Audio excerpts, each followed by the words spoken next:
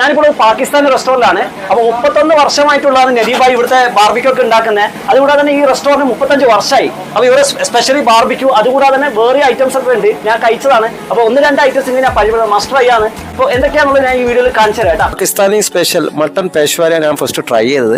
അതിൻ്റെ ചെറിയ സ്പൈസി അല്ലാത്ത ചില്ലിയും അതൊക്കെ ഇട്ട് റൊട്ടിൻ്റെ കൂടെ ഞാൻ ട്രൈ ചെയ്തത്. ചെറിയ പീസ് റൊട്ടി ആയ മട്ടണ് ചെറിയ നല്ല സോഫ്റ്റ് ആയിട്ടുള്ള പീസ് റൊട്ടി മട്ടൻ്റെ ചെറിയ പീസ് എടുത്ത് വായിട്ട് നല്ല ടേസ്റ്റ് ഉണ്ട്. ചൂടുള്ള പാകിസ്ഥാനി പൊറോട്ട അവിടെ കിട്ടും കേട്ടോ.